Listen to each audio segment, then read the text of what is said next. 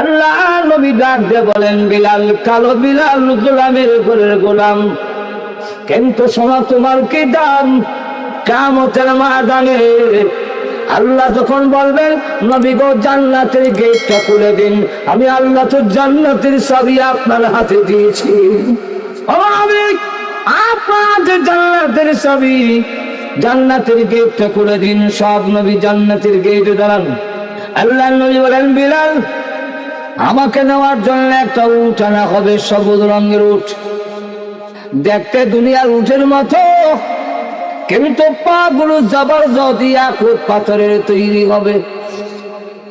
ওই বিলাল, আমি যখন উঠে উঠবো জান্নাতের চাবি লইয়া, আল্লাহ তখন ডাকবেন, কালো বিলাল কই, এ কালো বিলাল কই, আপনার কালো বিলালকে, কঠিন ময়দানে আমি নিঃস্বরবি উঠে আরোহণ করে থাকবো, আর তোমাকে বলবে আমার উঠের লাগাম ধরার জন্য। আমার ডান পাশে থাকবে আবু বকর, বাম পাশে থাকবে ওমর। তুমি আজান দিতে দিতে ওই দিনে কালো বিলাল, আমি বিশ্ব নবীর সাথে তুমি জান্নাতের ভিতরে প্রবেশ করবে। নবীর কথা মেনে নাও, কোরআনের কথা মেনে নাও। আল্লাহর কসম, জাহান্নামে যাইবে না, কোরআন নবী তোমাকে জান্নাতে পৌঁছাইয়া দিবে। وبشر الذين آمنوا وعملوا الصالحات أن لهم جنات। হে নবী, সুসংবাদ প্রদান করুন আপনি, যারা ঈমান আনবে আর নেক আমল করবে, আমলে সালেহ, তাদের জন্য আমি আল্লাহ তৈরি করেছি জান্নাত।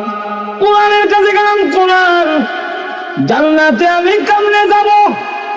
কোরআন আমাকে বলে দিয়েছে, ঈমান আনো, নেক আমল করো। শুধু জান্নাত না, জান্নাতুল ফিরদাউসি নুজুলা, জান্নাতুল ফিরদাউসের মেহমান তুমি হয়ে যাবে। এখন আসুন তাহলে জান্নাতে যেতে গেলে নবী এবং কোরআনের কাছ থেকে জানতে পারলাম দুইটা লাগবে, এই দুইটা ছাড়া জান্নাতে যাওয়া যাবে না। ইব্রাহিম আলাইহিস সালাম ওরা পাঁচজন, আল্লাহ কোরআনে বলছেন, ওই ক্বালা ইব্রাহিম লিআবিহি আযর। আযর হলো ইব্রাহিম আলাইহিস সালামের আব্বা।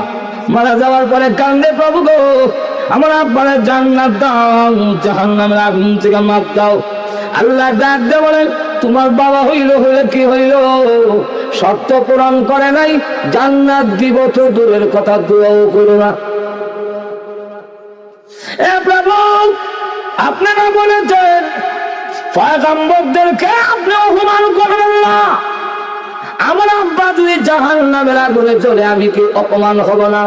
আল্লাহ বলেন, তোমাকে অপমান করব না, তোমার বাবাকেও জান্নাত দিব না, কারণ জান্নাতের যে শর্ত পালন করে নাই।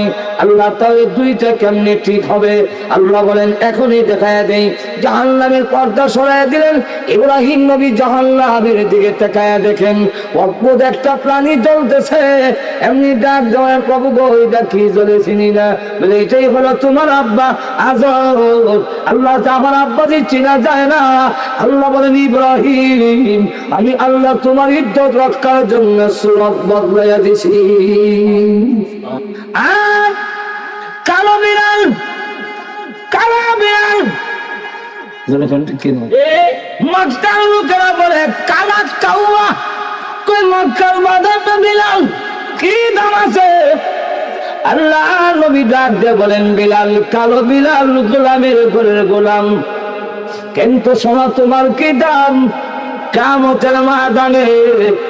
আল্লাহ যখন বলবেন, নবী গো জান্নাতের গেটটা খুলে দিন, আমি আল্লাহ তো জান্নাতের চাবি আপনার হাতে দিয়েছি।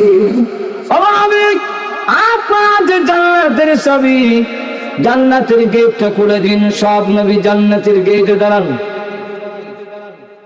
আল্লাহ নবী বলেন, বিলাল, আমাকে নেওয়ার জন্য একটা উট আনা হবে, সবুজ রঙের উট, দেখতে দুনিয়ার উটের মতো, কিন্তু পা গুলো জবরদস্ত ইয়াকুত পাথরের তৈরি হবে। ওই বিলাল, আমি যখন উঠে উঠবো জান্নাতের চাবি লইয়া, আল্লাহ তখন ডাকবেন কালো বিড়াল কই, এ কালো বিড়াল কই, আপনার কালো বিড়ালকে, কঠিন ময়দানে আমি নিঃস্বরবি উঠে আরোহণ করে থাকবো, আর তোমাকে বলবে আমার উঠের লাগাম ধরার জন্য। আমার ডান পাশে থাকবে আবু বকর, বাম পাশে থাকবে ওমর।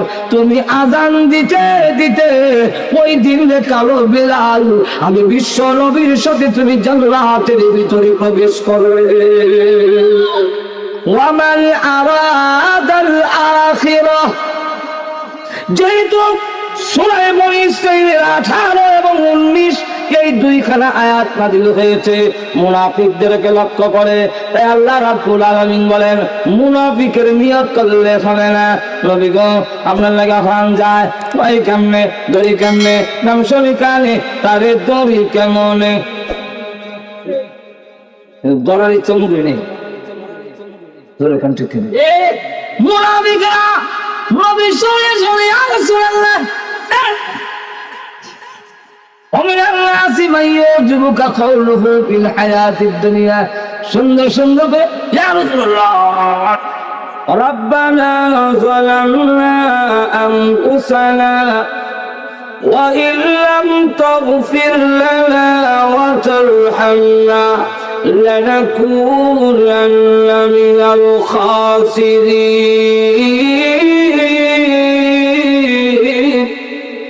এমন বাক্য শিক্ষা দিলেন, কোন বান্দা বান্দি নীরবে নির্জনে যদি একাগ্রতার সাথে চোখের পানি ছেড়ে দিয়া 3 বার এই দোয়া পড়েন, রব্বানা যালামনা আনফুসানা, 3 বার যদি কোন বান্দা বান্দি পড়ে, আল্লাহ বলেন তার গুনাহ মাফ না করলে আমি মহান আল্লাহর শরম লাগে। আদম আলাইহিস সালাম কে আল্লাহ রাব্বুল আলামিন এবার বলেন কুল্লাহবিতু মিনহা জামিআ, বের হয়ে যাও তোমরা। তোমরা কেন বললেন? দুইজনে মিলে আরবিতে তোমরা হয় না, সব ভাষায় 2 জন হইলে বহুবচন হয়, আরবি ভাষায় 3 জন ছাড়া বহুবচন হয় না। তাহলে আদম আর হাওয়া 2 জন, তারা বহুবচন কেমন হইল? ইবিতু কেন বললেন? ইবিতা কেন বললেন না? তোমরা সব বের হয়ে যাও, এই কথা বললেন কেন? মুফাসসিরিন কেরাম জবাব দিয়েছেন, ডাইরেক্ট হইলেন আদম আর হাওয়া, ইনডাইরেক্ট হইলাম আমরা।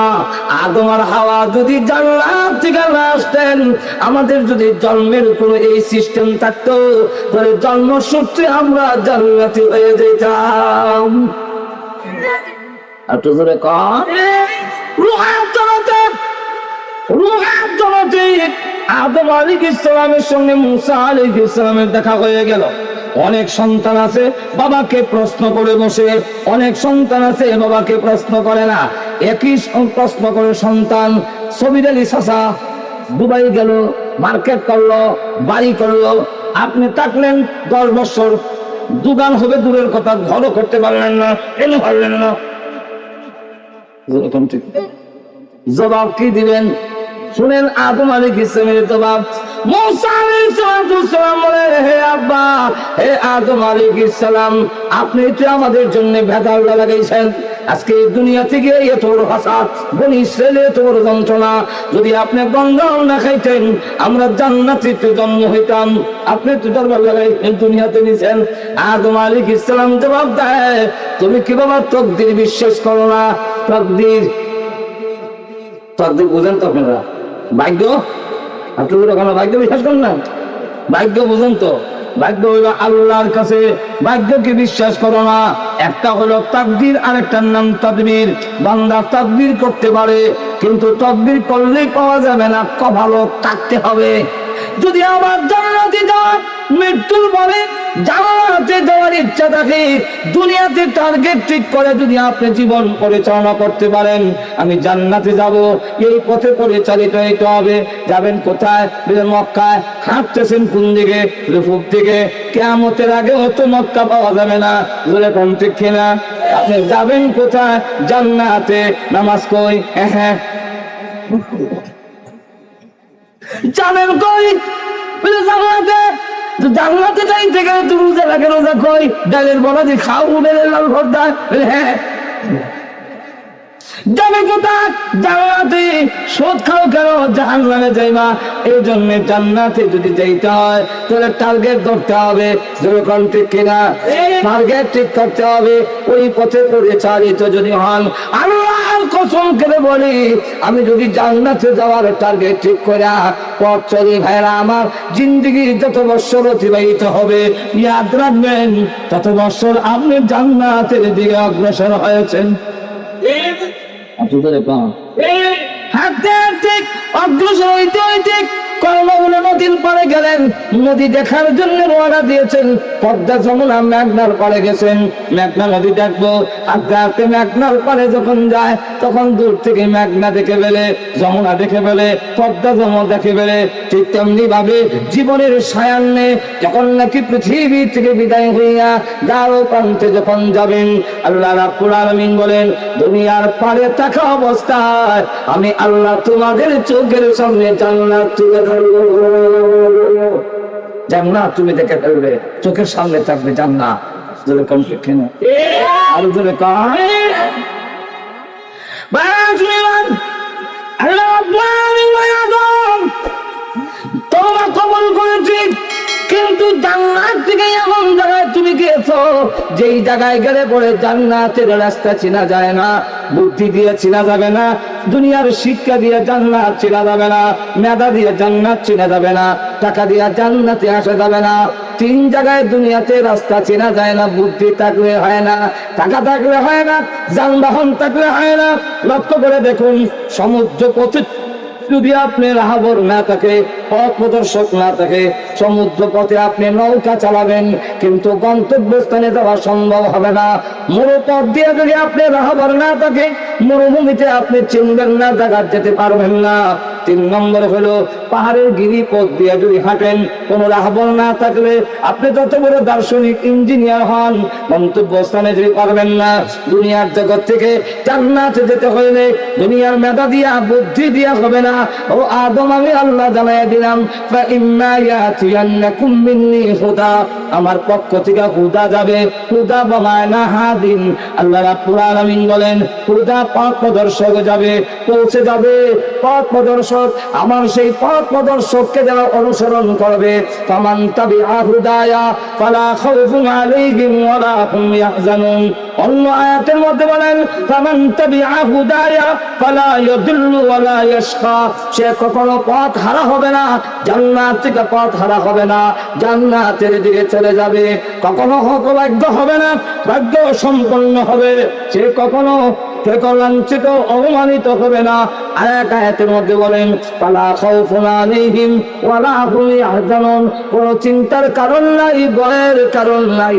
ওই খোদা তোমাকে আমার তৈরি জান্নাত পর্যন্ত পৌঁছাইয়া দিবে। এবার আসুন, হুদা কি, রাহবর কি? রাহবর আল্লাহ পাঠাইবেন। মুফাসসিরে কেরামরা দুইটা অর্থ বলেছেন। একটা অর্থ হলো হুদা বানায়না কিতাব রিজালুল্লাহ, আল্লাহ রাব্বুল আলামিন পয়গম্বরের জামাত পাঠাবেন। পয়গম্বর হলেন পথ প্রদর্শক জান্নাতের। ও দুনিয়ার মানুষ, সর্বশেষ নবী, সর্বশ্রেষ্ঠ নবী হলেন মুহাম্মদুর রাসূলুল্লাহ সাল্লাল্লাহু আলাইহি ওয়াসাল্লাম। এই নবীকে পাঠাইলাম। আমার নবীকে যে অনুসরণ করবে, নবীর কথা যে মেনে চলবে, জান্নাতে আসবে, কোনো সন্দেহ নাই। আল্লাহ নবী বলেন, মান আহাব্বা সুন্নতি আকাদ আহাব্বানি ওয়া মান আহাব্বানি কানা মাই ফিল জান্নাহ। আল্লাহ রাসূল বলেন, যেই ব্যক্তি আমার তরিকাকে, আমার আদর্শকে, আমার বাতলানো পথকে মেনে নিবে, সে যেন আমাকে মহব্বত করলো। আর আমাকে যে মহব্বত করবে, নবী বলেন, ওই ব্যক্তি আমি বিশ্ব নবীর সাথে জান্নাতে থাকবে।